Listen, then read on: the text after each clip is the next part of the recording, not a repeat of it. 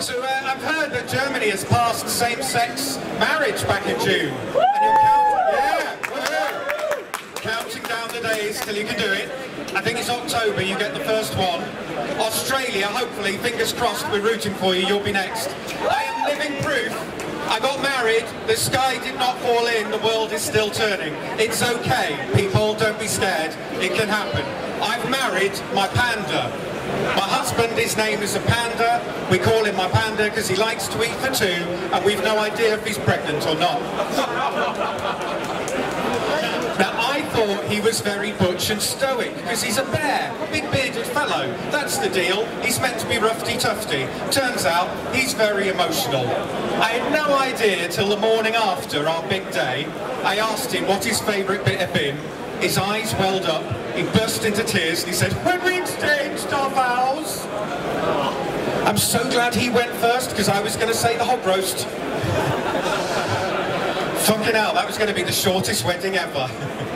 Now, even though it's only been legal for us for just a few short years, he has been planning this big day since he was a little bear cub, since he was 4. Right, he had a great big wedding book in his head, and he just drip-fed me one by one little ideas because he didn't want to scare me off. Like, he wanted our first dance to be the time of our lives from the end of Dirty Dancing. Now, I was fine with that till I realised he expected me to catch and hold him aloft.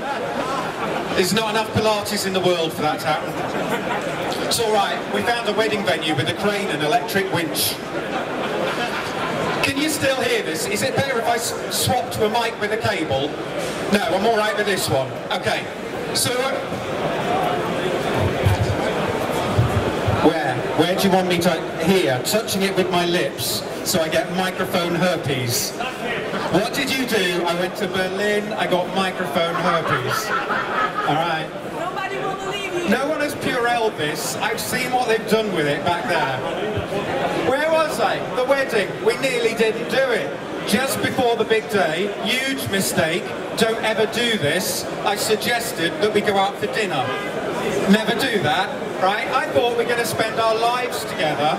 Let's start with total honesty. Never do this. Did you know where I'm going? Before the dessert, why don't we tell each other how much of a tramp we were before we met? No. What was I think? I was thinking we're 2 blokes. We're going to be roughly... No. Factors of hundreds, some more of a tramp than him. Now, just give you one example. I once had sex with a man at a gym. You know, working out. Don't judge me, it wasn't my fault. I had my workout, I was leaving, heading out the door. This guy was naked on his way into the sauna, and he gave me a wolf whistle.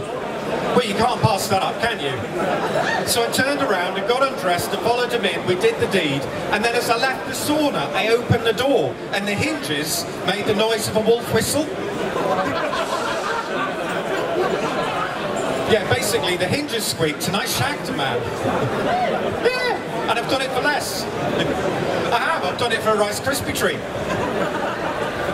Now, I was a very late developer, I really was. I did not have gay sex till I was in my 20s because I was raised Baptist. Do we have any Baptists here? Right, you're not, okay, we need to have a little whine and cry. It's very similar to child abuse, right? Baptists do not believe in anything, any sex at all. They believe in abstinence. It's not a fun kind of alcohol. It's not doing it. There's some very interesting ways to get us not to do it. Baptist sex education is just one sentence, just one. This is what they tell you if you're Baptist. If you don't have a particular body part yourself, you are not allowed to touch it on other people. Bad news for all the other kids, worked out very well for me. They'd not thought that through. Now, when I came out, when I met somebody gay at 22 and I came out, my church promptly kicked me out. Blessing in disguise. Now I just want to go back and tell them how much easier it is going out with another fella.